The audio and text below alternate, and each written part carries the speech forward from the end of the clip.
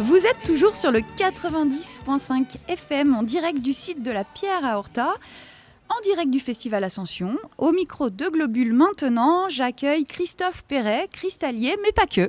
Également ethnologue. Bonjour Christophe, ça va ? Bonjour. Oui. Merci de venir au micro juste avant d'enchaîner sur votre conférence. Donc vous donnez une conférence d'ici quelques minutes à 14h ici au pied de la Pierre. Donc une conférence sur un vaste sujet puisque vous nous proposez une histoire des cristalliers du Paléolithique à nos jours. Ouais. Donc je vais pas plutôt dans les Alpes. Et plutôt dans les Alpes. Donc je ne vais pas vous demander de dévoiler le contenu de votre conférence, de tirer le fil de ce vaste sujet, mais j'aimerais quand même connaître votre propre histoire de cristallier, votre premier caillou découvert peut-être, ou comment est née cette passion, quoi. Elle est née sur la mer de glace avec mes parents, mon frère. Un jour, j'ai trouvé un cristal de roche qui était tout cassé.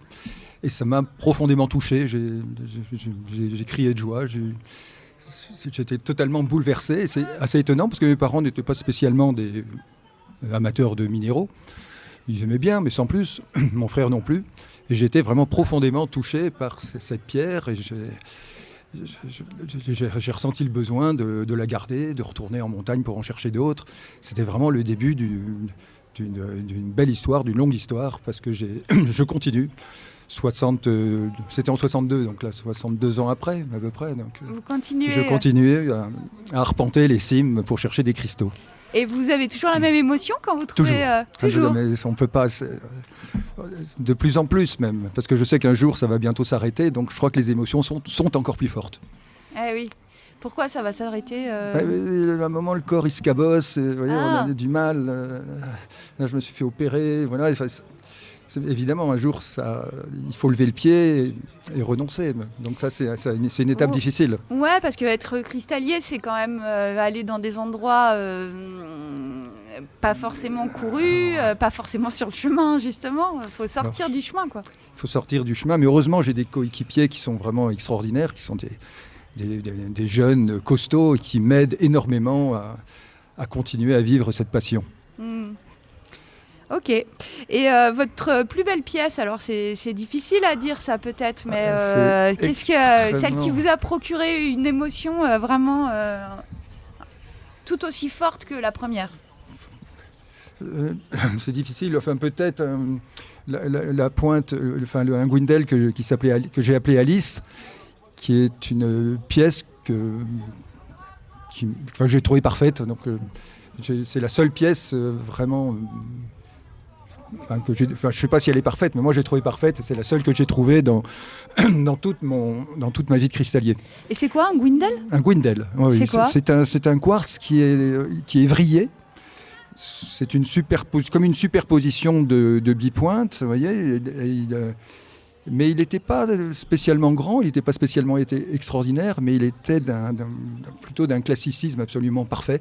Enfin, j'avais l'impression qu'on ne pouvait rien lui reprocher. Parce que quand on trouvait une pierre, il y a toujours on peut toujours dire, là, il y a un petit truc, une touchette, là, un petit bout de chlorite, il y a un petit défaut, il y a une disharmonie à cet endroit-là. Vous voyez, on peut toujours faire un reproche. Mais là, je n'ai jamais réussi à lui faire un reproche.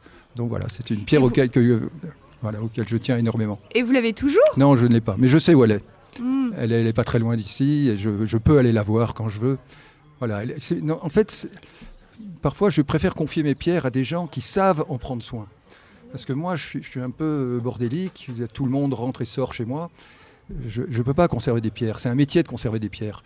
Donc il y a des gens qui font ça très bien, qui savent vraiment, ils bichonnent les pierres, ils les aiment, ils les éclairent, ils les nettoient, ils font un travail remarquable. Et moi je sais courir dans la montagne et trouver des pierres, mais les conserver sous leur plus bel angle, les mettre en valeur, ça c'est vraiment un autre travail. Ça c'est le travail des collectionneurs. Oui, c'est vrai. Et justement, vous m'avez dit aussi que vous étiez ethnologue. Oui. Donc pas collectionneur, mais ethnologue. Donc je me demandais, ces rencontres avec les pierres qui semblent vous avoir vraiment touché. Donc ces rencontres avec les pierres, est-ce qu'elles ont alimenté vos recherches d'ethnologue ? Non, enfin si, je voulais, mais je ne l'ai pas fait. En fait, je voulais travailler, parce que quand j'étais ado, je descendais de la montagne.